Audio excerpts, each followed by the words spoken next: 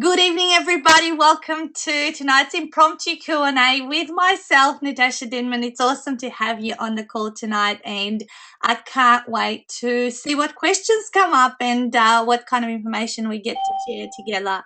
So Leonie's just arrived, so I'm going to pop you on mute, Leonie, and we will just chat through the Q&A box. So what I suggest you guys do is that you type up your questions ahead of time so that I don't have any time where I'm sort of waiting around for questions, although I know I can keep talking and talking as time goes on.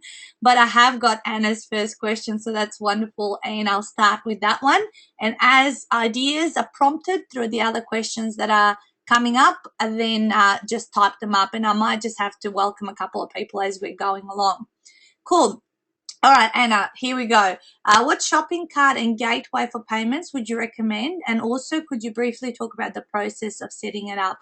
I actually have always just used PayPal in terms of getting payments, and I haven't been in charge of setting it up. I have actually just gotten my website people to set it up. Although I know my fellow ninja, Donna Brown, who has worked on websites and has been able to set them up. She's been able to set up that kind of a system there, Anna. So that's what I would do, is get the professional to set me up a system whereby I can take payments of people. Welcome to Greg on the call. I've just put you on mute, so we'll just going through a couple of questions, Greg, and I'd love for you to start typing them up so that I can always have a question to have there to answer. So I can't expand any more on that, Anna, because I don't do a lot of it. That's pretty much as much as I've been involved in terms of payments. Other ways people pay me is obviously through an easy pay direct debit setup if it's monthly recurring repayments, or I also use my ANZ Fast Pay app on my phone, which people can pay me on the spot at any events. Awesome. All right, Emily. Any tips you have about making up sexy names for service packages, as bookkeeping is boring? Okay, so you guys know that I always talk about naming your packages sexy names. Sell people what they want, give them what they need, because there's two different things. Obviously, we've got the marketing side of business, and then obviously what we actually do, which is sometimes can come across as boring. And as you said here, bookkeeping can be a boring word. So I'm just wanting to clarify here, Emily, will you package up bookkeeping with a couple of other bits and pieces to create a package so that we can talk about that? All right. And as you said, when I purchased your book, the shopping cart did not look like PayPal. It is actually PayPal. It's just a website guy who maybe has set up a special design for it, but it is definitely PayPal and came through my PayPal account. So I don't know what system he uses because he's the expert at that. But in terms of his setup, he has definitely used PayPal because I gave him my login so he can set it up through there. Leonie says, okay, very simple for some, I'm sure, but I have no idea. What is the best way to establish a landing page, and what is the difference between that and my website? Yep, a simple one, but yes, if you have never heard of the term or you don't know what it means, it's a good question to ask and to know the difference. The landing page is one single page, and the easiest way to establish a landing page is maybe to hire someone over Elance or Odesk. And those are the type of people that can actually set one up for you.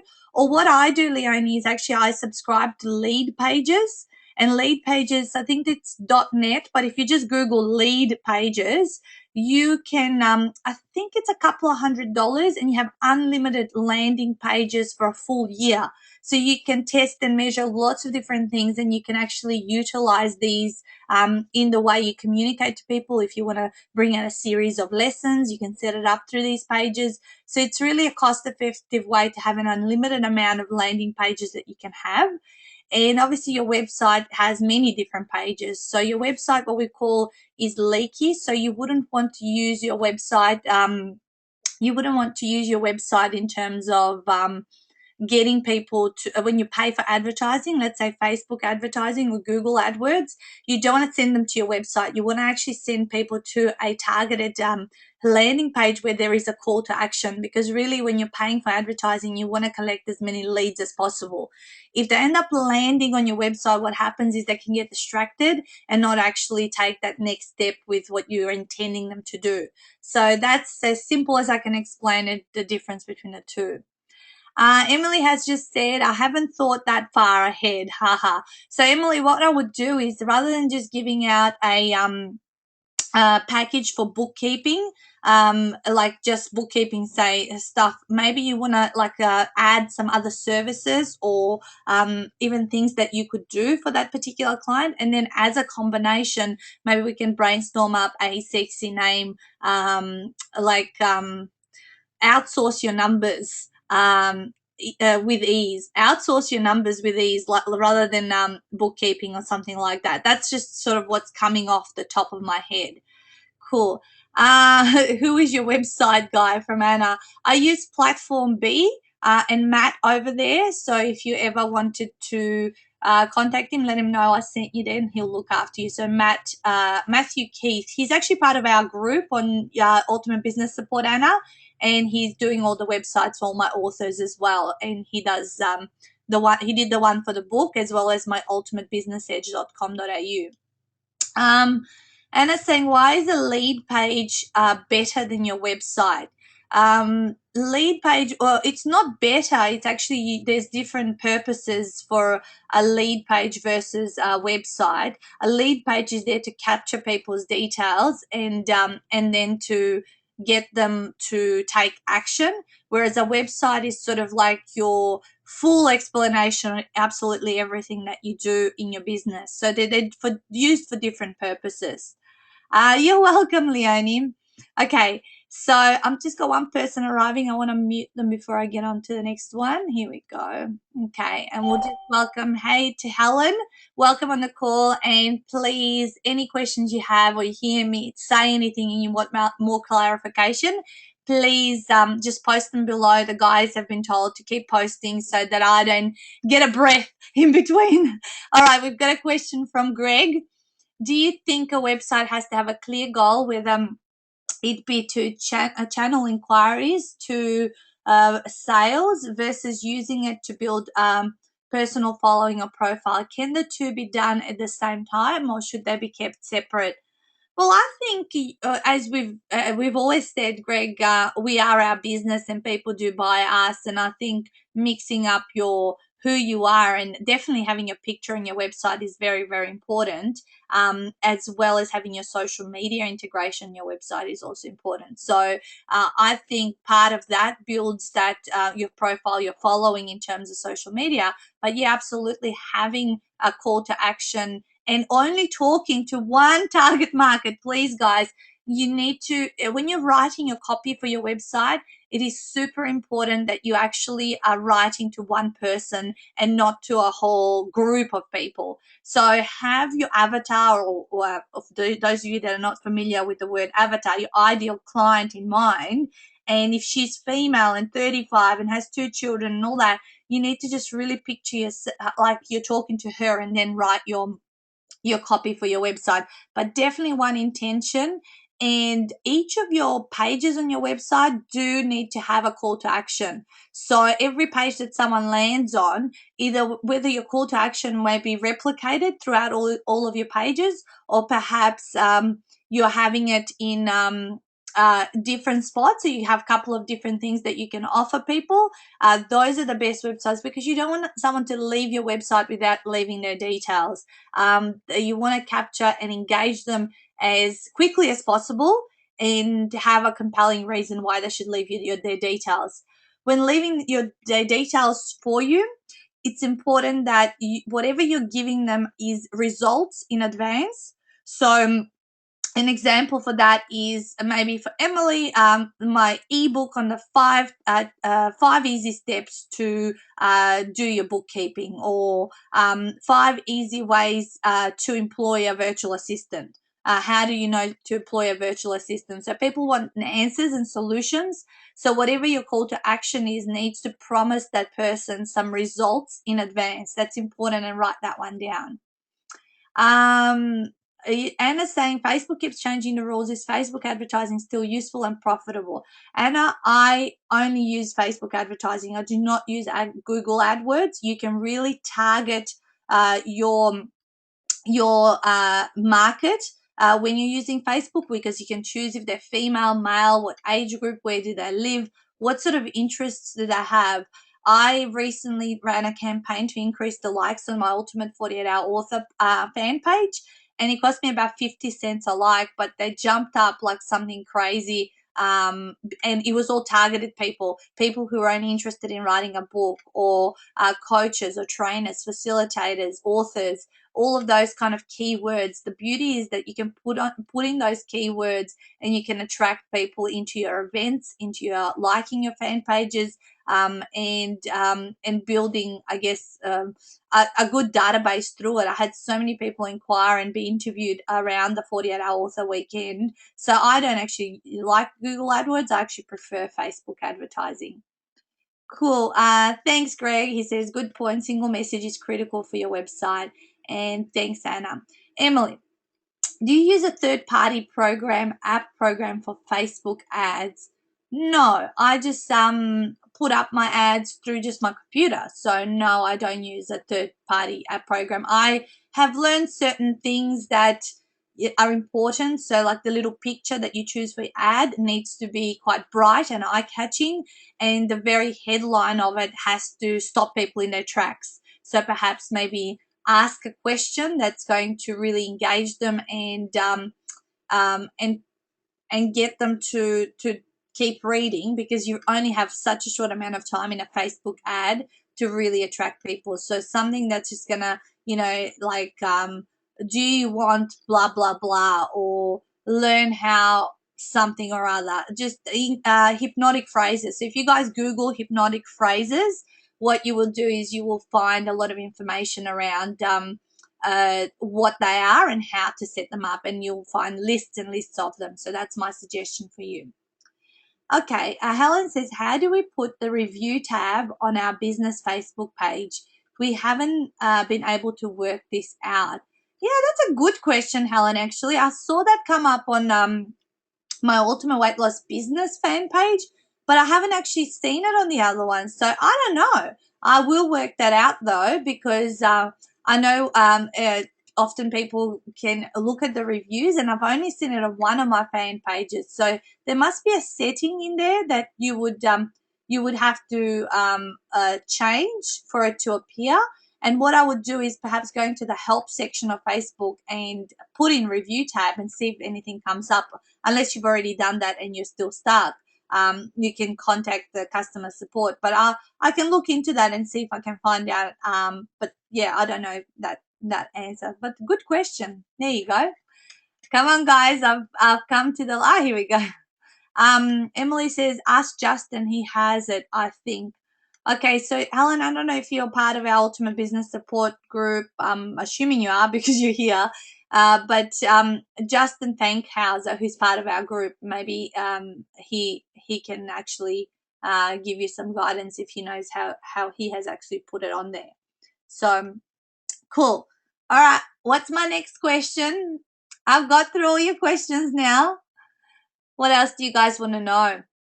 Ask me, like, I'll rejig your I'll give you some ideas. So ask me anything about marketing campaigns, running webinars, selling, publishing books, networking, building relationships, niching.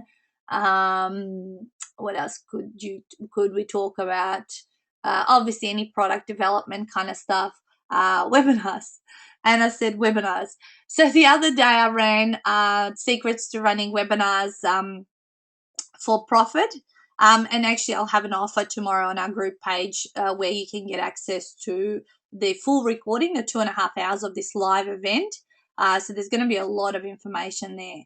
But webinars is something that you might want to start doing quickly, because it's such an amazing way to get instant product creation and also to reach an international market if you market it obviously correctly and you have a following internationally. But webinars is something that is quick, easy, fast, and without getting into too much obviously information on it, I would only have a lead up to a webinar of 7 to 10 days, rather than workshops are usually 4 to 6 weeks when you're planning them, because people are after that um, instant gratification, and they want it fast. Like tonight, we've kind of jumped on the call and we're having a chat. But obviously, if I did a proper, and that's because I just wanted to connect with a lot of you guys, just add more value and have a chat to you and answer some of your questions. But if I properly did an event where I had a specific topic, then I would plan it about 10 days out. I think I'm setting my next one up on Friday, and that will be 10 days out of when it's actually running, the official date. So, but there'll be lots of information if you want to get access to that recording, which look out for my offer on our page tomorrow. Anna's saying, do you recommend running free webinars first and then paid? Yes, absolutely. You run free webinars. And then if you want to run a webinar program, then you upsell people into the paid webinar.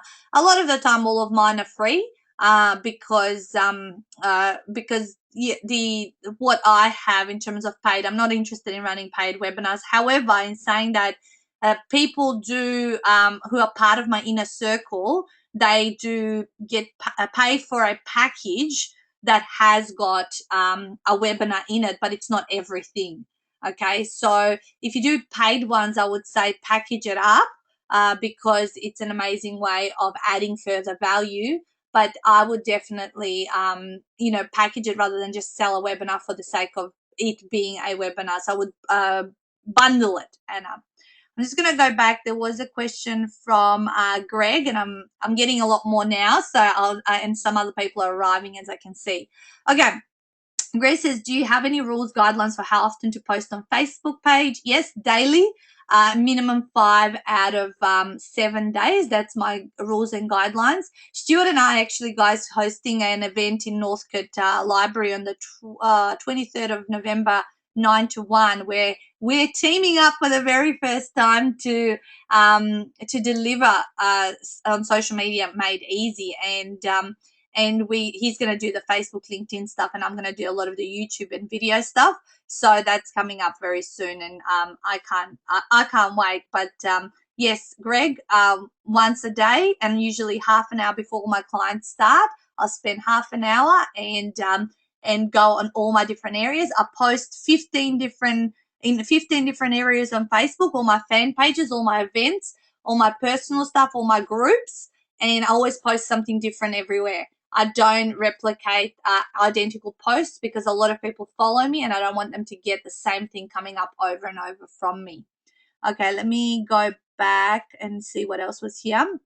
Leonie, I lost the question panel, found it now. What are your thoughts on the, hang on. What are your thoughts on the value of joining networks?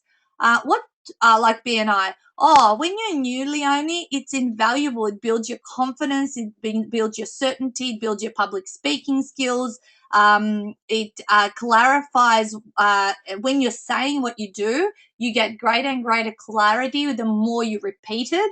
So I was part of BNI for 2.5 years, and actually I always recommend that you guys are members of a couple of different networks and that you regularly go and build those relationships and that network through those events, and then attend all sorts of random ones around the place because that's where you get to meet the different people, whereas on your regular ones you actually get to build those long-term relationships and build that trust. So absolutely, it's the one thing that will set you up in your business early on, and it was the most powerful marketing I did in my business, and I continue to do, because it just, number one, for me it's so much fun, and number two, it's it just builds the business in an amazing way. As long as you're consistent, you look at helping others, and in turn you'll be taken care of. So having that givers gain type of philosophy that BNI actually has. Welcome to Rosie. Rosie, we're going through some questions, and if you have any for me, please type them up. I'm slowly getting through the list, so I'll get to yours, and whatever you've missed, you'll get on the recording if you want to catch the first 20 or so minutes. All right, Greg, can you talk a little more about creating a sales funnel? What's the journey for a potential through to long-term client in your business, for example? Great question, Greg. Gosh, the sales funnel is where people start off with you for free. So you guys tonight, I mean, coming across to this call, yes, we're having fun and it's very impromptu and whatever, but actually by you taking the time to hang out with me, you've kind of entered my sales funnel. I'm not lying here. I'm just being totally honest. So if you guys love my stuff and find what I've got in terms of packages, programs, or whatever down the line that may be suited, maybe the next thing you do, you might buy a book. One of my books that I've got, you may come along to a workshop. And basically what happens with the sales funnel is people come through free. I believe it's all about relationship building. Totally about relationship building and giving away my best stuff. Like, I'm not hiding here anything. I'm just going, here's what I do. This is how I do it. This is my mindset. You love me, you hang out with me. You don't love me or whatever. We'll go our separate ways. So the next thing is, if you see me and you like the stuff that I do, you might say, well, I might want to buy Nat's book, and you buy my book. So that's the next level into the sales funnel, a really low cost entry product. Then the next level might be, look, I might go to a half day workshop of Nat's, and that might be, say, $100 or whatever. And then the next level might be, well, I want to work with a one-on-one, or I want to do the author weekend, or I want to do some of the other higher end packages where then they come further down into that sales funnel. So what happens is, as your business owner, it's so important to build that ascension model where people that come into your sales funnel keep getting value and actually have a place where they can hang around. There is a community, there's a tribe, there is people who they can hang out with and be supported on their journey, and they feel great about it. And so when they love what you do, and if they're getting the results from what you do, they're going to want more of you. And you'd be silly not to be innovative and develop more and more programs. Like last at the weekend that we just finished, the Ultimate 48-Hour Author Weekend, people came up to me at the end and said, will you license this program, because I want to buy into it. So organically, the next level in the Essential model was developed. And I said, okay, get me your books so I can hold and touch your books, and then you will be eligible to be able to be licensed. And yes, I'll write the systems and license it. I would be silly not to when 3 people have given me their yes. So that's what I would be saying to you a little bit about on the sales funnel and how it all happens. But it can be a long journey between someone coming in to see you for free to where they pay you. Sometimes it takes a year, 18 months, and sometimes it happens very quickly in a couple of weeks. But you know what? The whole point for you is to just focus on giving and helping people. And then when they want to work with you, they'll just come to you naturally. It just happens really naturally. All right. Emily's saying, how did you build your following? I didn't build it on purpose. I obviously have always looked out for helping people, and definitely always followed up with every single person I've met. So you can say there was a system. I always focus on help the other person, meet at least a couple of people, brand new people every week, add value to them, follow up and hang out and have chats and always respond to people. I am one. I have never met a person like me because I've never found someone who responds as quickly as me, and to every single person, as well as following up the way how strictly I do it and how regularly and consistently I operate. So in terms of how I built my following, when people see that, they like it, they feel important, they they want more, they know they're going to get more if they ask me questions, and therefore they keep in my community and my tribe. So that's what I would say. Welcome to Shares. Great to have you on the call. We're halfway, so if you've got questions, please post them because I'm going through as quickly as possible through them. Leonie says totally bummed I'll be in Queensland for that duo. Yeah, they will be doing a lot of stuff next year. Leonie Stewart has grown superbly this year in the way he's shifted from an employee to a business owner mindset, and definitely feeling like we are on par to share the stage and do lots of things together. So there will be obviously a recording as well of that particular event, because you would be silly not to record all of your events and then leverage from that. But you'll have an opportunity to meet us one day. Emily says, do you have theme days on your pages like in the group? No, I don't have theme days on my fan pages, only in my inner circle group and in the public group, Ultimate Business Support. So I think in groups where it's more interactive, it's generally a lot better to have the theme days and then add value through the expertise and whatever you're helping with through your business page. Anna says, are you a member of any professional associations, if I may ask? What type of professional associations? Actually, no, I'm not. But I'm always curious is what are professional associations? See, I don't know everything. But no, I'm only a member of the HeartLink Women's Networking at the moment. And I just rock up wherever I feel like it and have a lot of fun with the people. But I do have a couple of events that I go to regularly. Leonie says, do you have any suggestions for a recording device or program Mac friendly to do my next book? I use Macs, Leonie, and I've used Audacity on both PC and Mac, and I continue to use Audacity, which is free, and that's what I would use. And I always export my files in WAV format, WAV, and so that's what my suggestion would be, because I just finished using it for recording my Ultimate 48-Hour Author book. And the next question from Anna was, when is your 48-Hour Author book coming out? Early in 2014. I would say most likely Feb rather than January, because I'm planning a big publicity campaign where I'm hiring publicist, and we will be engaging with him December, January, and February, and the big launch will be out. I'm thinking closer to Feb rather than January, but I'm pretty sure it's going to be in the publisher's hands in the next 3 or 4 weeks.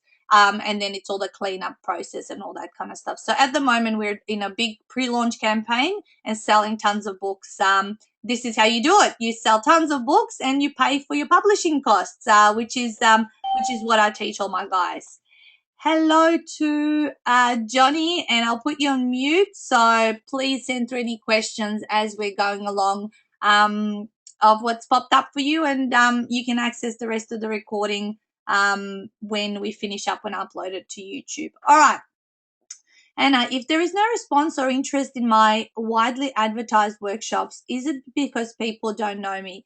Yes and no. Number one is, yes, it could be that you don't have enough of a following or a community around you. And number two, it could be that what your workshops are called and what you're offering is not sexy enough. So people may not be drawn to your topic name. Maybe it's just not put out there in a hypnotic way, so that people maybe you're not selling them what they want. With it, which a lot of people know, I talk about this, is if you don't sell people what they want, you'll never have the opportunity to give them what they need. So therefore, I would review that. If you do have a title of a workshop that you've advertised and you want to share it with us, happy to give you feedback on that. And you just said Australian Institute of Management. Yeah, I'm not part of any associations. Cool. You said, Bug, I was going to read over Christmas. You just have to be patient. Hey, Johnny, nice to see you in the call. Good. This one's a very informal one, so sit back, relax, and see what questions come up, or ask me any questions from your end. Cool.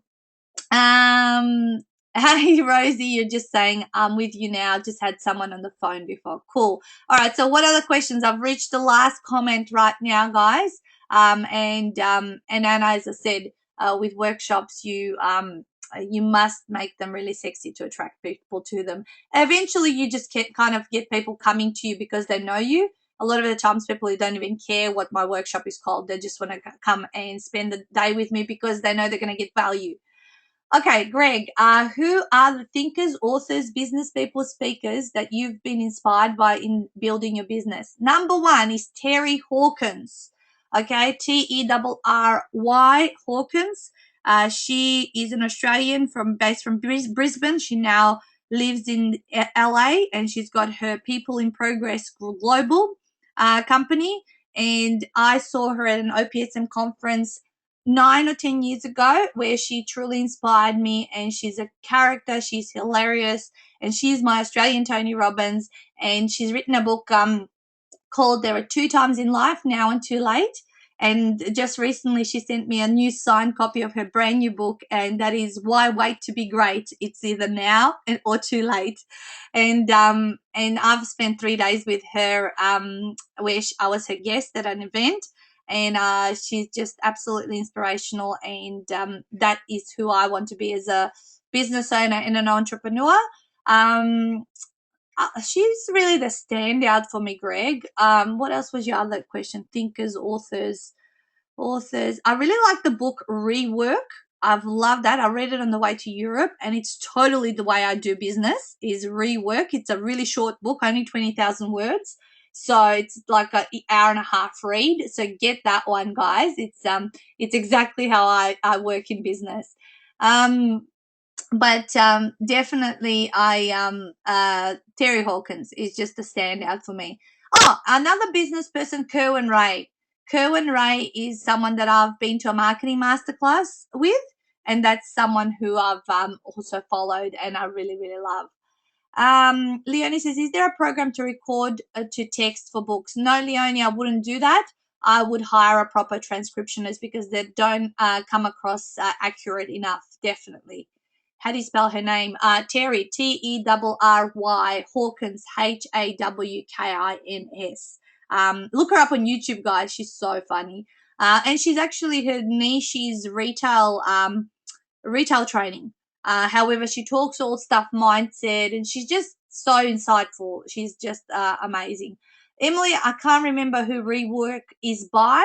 Actually, it might be on my phone, so I might be able to look it up for you. But I'm sure if you go into Amazon, it'll come up, and it'll be you'll be able to find it. I'm pretty sure there's no other books under that name. I'll see if I can look it up in Kindle for you on my phone. Yeah, I can actually. Jason Fried. So Jason is normal, Fried. That's who's written Rework. Cool. Okay, Rosie's got, I have a workshop coming up called Ultimate Secrets to Success. I'm not sure if that is sexy enough, but the tickets are printed. How best to get people to attend? Okay, it is, yeah, it's a sexy enough name. It's just not specific enough, Rosie. So I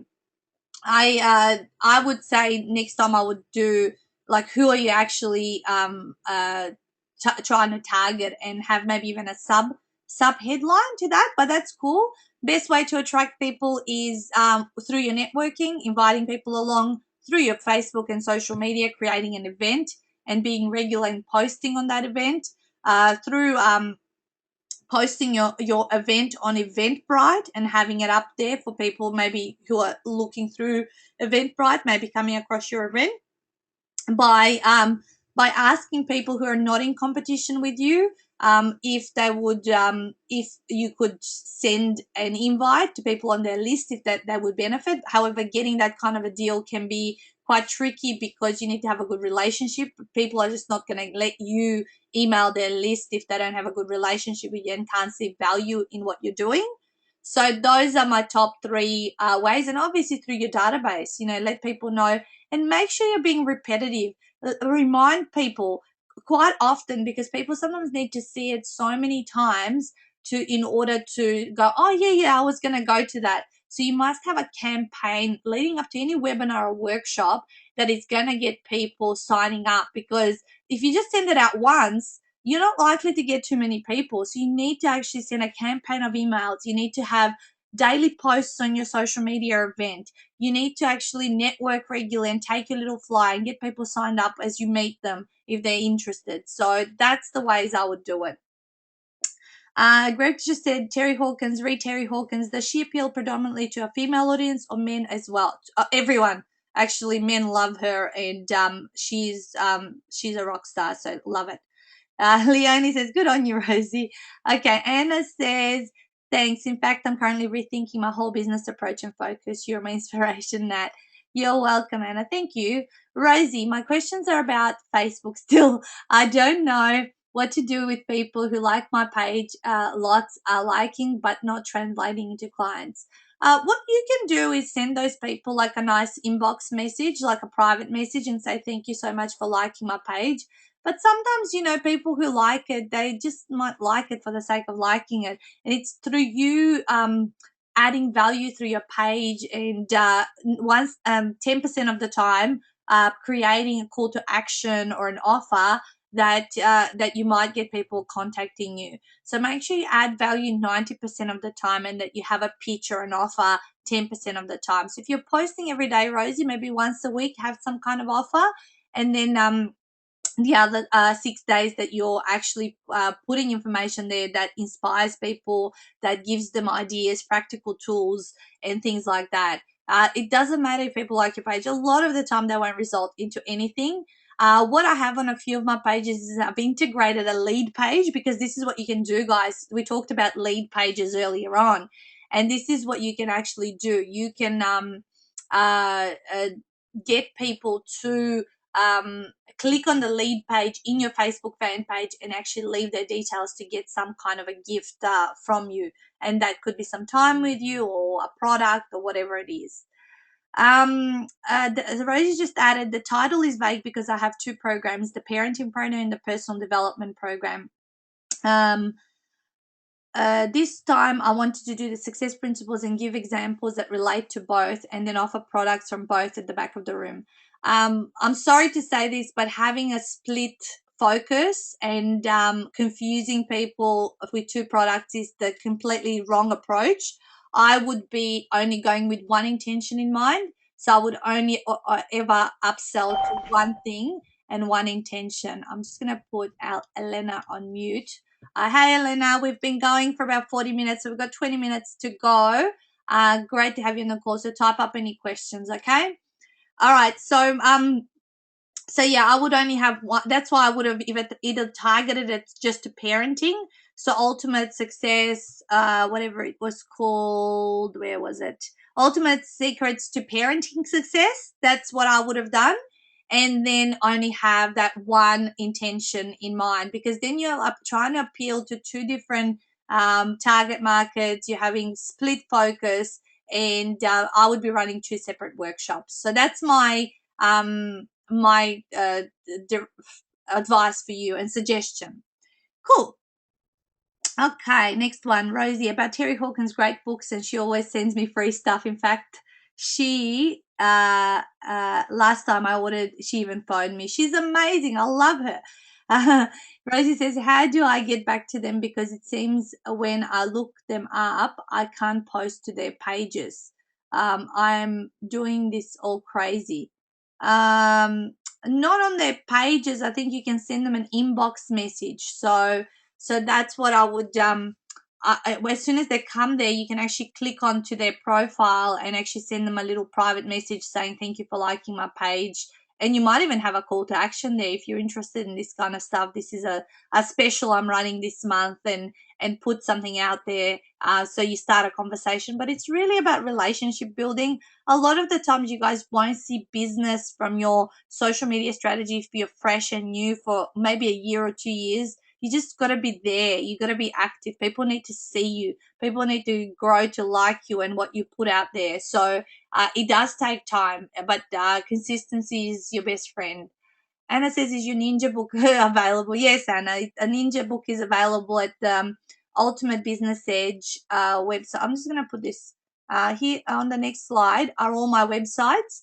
So on this website here, the ultimatebusinessedge.com.au, in the products tab, you can buy the ninja book, and we can post it out to you tomorrow if you want. So yes, you can get that one to keep you busy while you're waiting for your ultimate 48-hour book. Okay.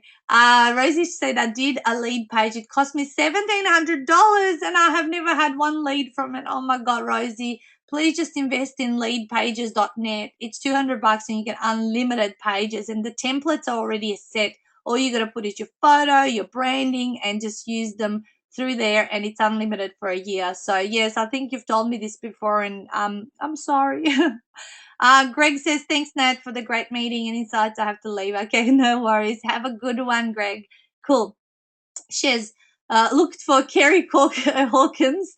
Comes up lots of different ones. How do I be more specific in my search? It's not Kerry, Ches. It's Terry with a T. T for Tom, not K for Kerry. A few people have thought I've said that, but no. Rosie's just said Ninja book is great, very practical. Great. No worries, Anna.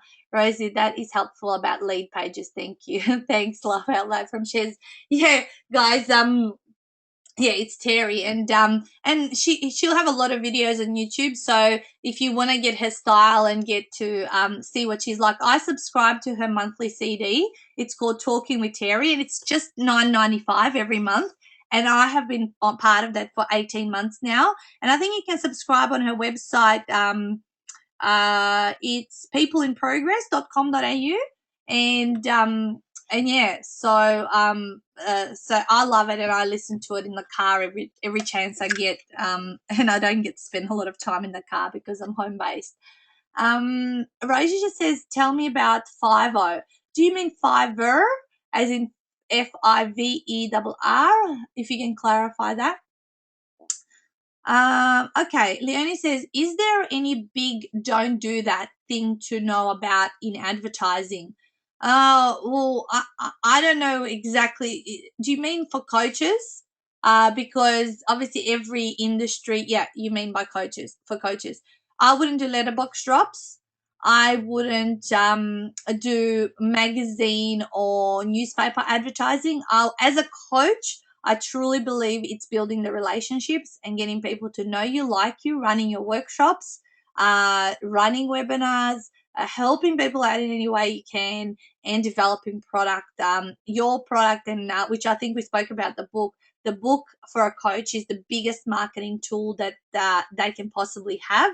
And this is why I'm passionate in getting people to write books, because that was the turnaround in my business when I started out as a coach.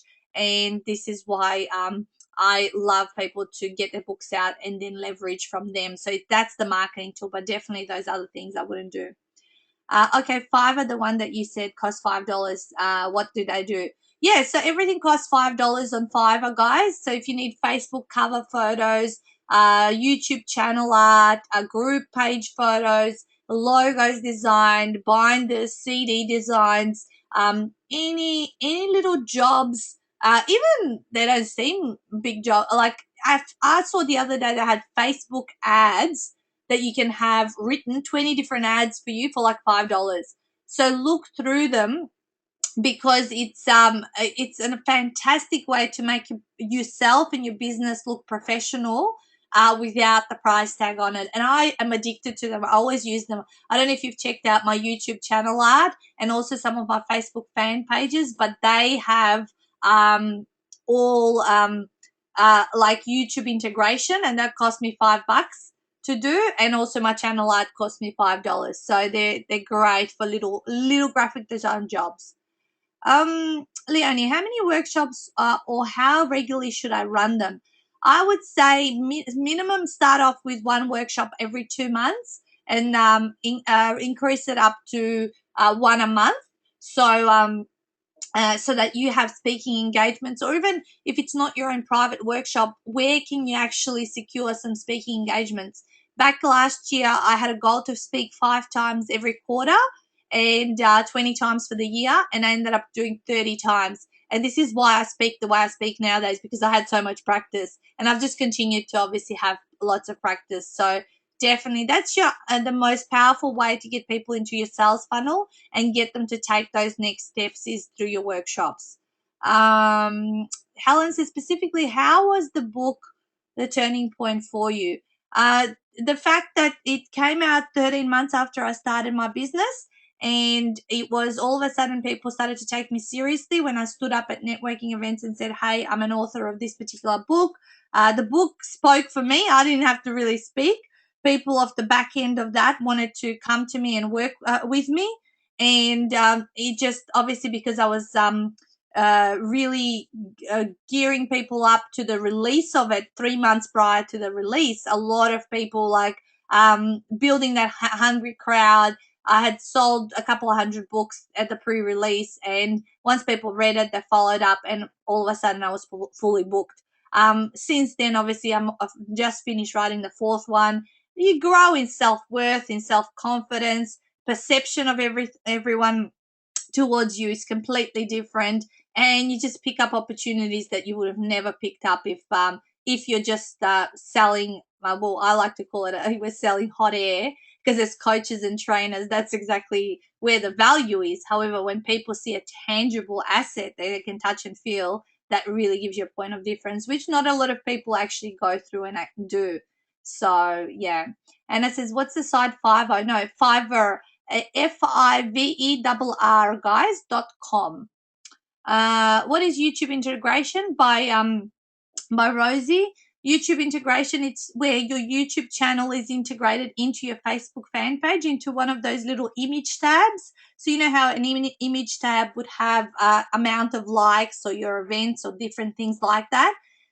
This actually has my YouTube channel, and a guy for $5 actually set it up for me in there. So it's an amazing way. If you've got YouTube videos, which I do, stacks of them, I've integrated into 3 of my 6 fan pages, because the other one's a slightly different setup. So yeah.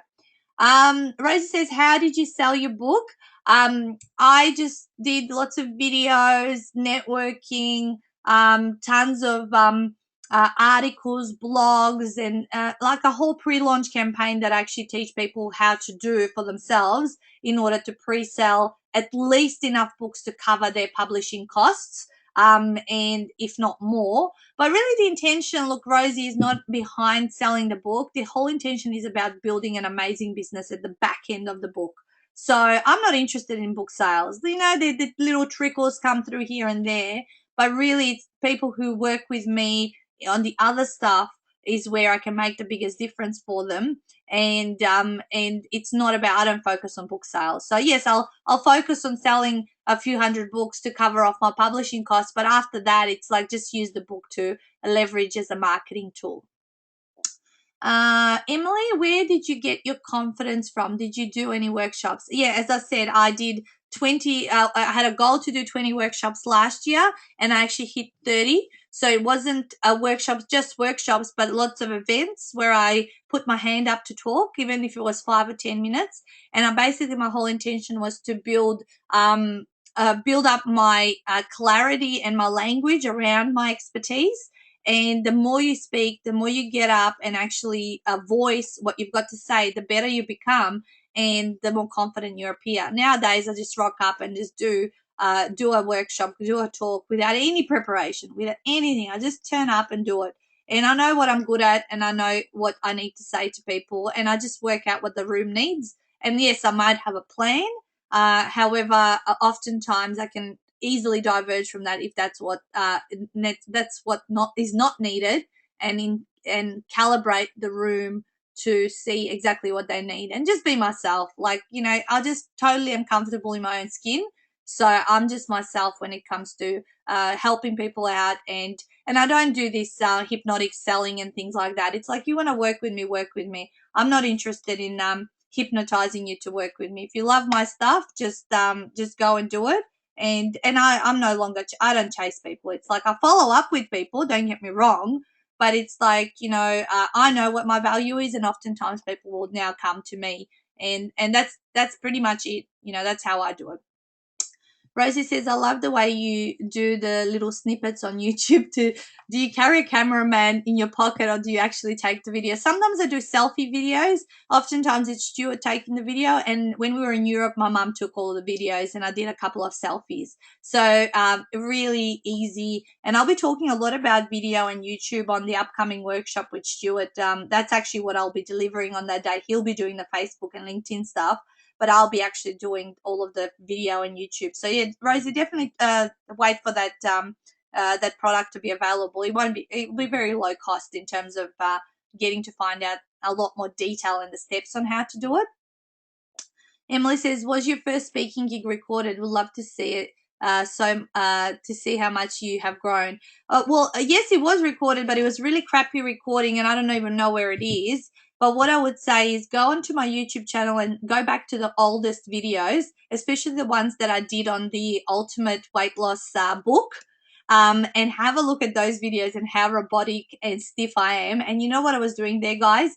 I actually had earphones in my ears and I had my hair covered over them so people wouldn't notice. And I was following my voice on a pre-recorded like I pre-recorded myself because I was too worried that I'm going to stuff up and then I'm going to and and then I'm going to say, And so if you look at the difference between the videos back then, which would have been now 2.5, if not almost, 2.5 years ago, you would see the biggest difference in terms of how I did videos back then to how I do them like right now. It's interesting. I showed them to the authors at the author weekend and they couldn't believe the energy level and how different it totally was. So I sucked. I sucked back then, but I didn't know that. I did the best I could at the time available. Cool. All right. Rosie says, I'm used to doing big things. I can lecture on a topic for 3 hours, but really have difficulty getting in it succinctly under a few minutes. How do you do that? What tips for being less and more? I only think of one idea again, Rosie. I'm not trying to solve every single problem in the world. So I only think of one point that I want to make per video and then I just go about telling people how to do that thing. And usually if I can think about 3 different aspects of how they can solve their problem, then I'll say, well, there are 3 things you need to do to work on this, 1, 2, 3, and speak it out and then finish it off. So I only ever think about one idea because it's good for people to just keep it simple, keep it chunked very small, so that they can go off and if it's their aha moment for the day, they can go and implement it and things like that. So yeah, that's how I do it. I just think of one idea. Hey, Leonie, thank you to all so much for your contribution, and thanks, Nat, for your generosity and time. I have to scoot though. I love the tidbits. You're welcome, Leonie. Have a great night. Rosie says, what about webinars? I'm thinking of practicing the seminar by doing a webinar beforehand. Is that a good thing? Of course, any practice is good practice. So webinars are obviously less confronting because you're not in front of people. However, webinars have their own challenges whereby you could feel like you're sitting there by yourself and no one is interacting with you, especially if you are not as confident in your abilities and then people are not responding to you. So definitely I would have backup questions organized, any comments and things like that that you can actually speak out to fill out the time so that people don't feel like you've got no one interacting with you. You've really got to position yourself as an expert, Rosie, and be able to assist people and show them that there is other people who are interested in what you've got to say. So be prepared to, oftentimes it feels really unnatural to be talking at a computer, but I'm so used to it now. I actually kind of feel like I'm in a room with you guys and having a chat, and I can often feel any dead time, I guess, which often, people in radio have that challenge to do, but this is in a form, a type of radio, I guess. That's what I would say, guys. So yeah, so we've got about 3 or 4 minutes to go. What else have you got for me? Any last insights you want me to share with you? Any tips? Okay. Where do you get your content for YouTube? Do you work with themes part of a bigger plan, follow through in other social media, or do you just go with any idea that comes up? Go with any idea that comes up.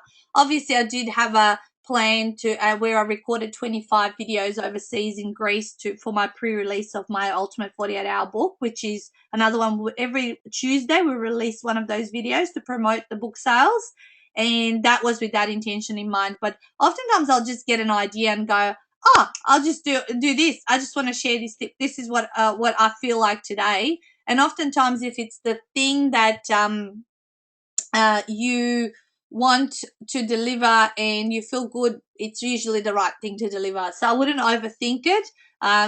If you get an idea, go and record it straight away, and it generally will come through really easily and effortlessly, and it'll really, really flow.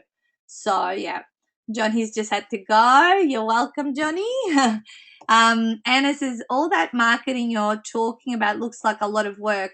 Laugh out loud. This is a challenge for me as marketing is not my strong point.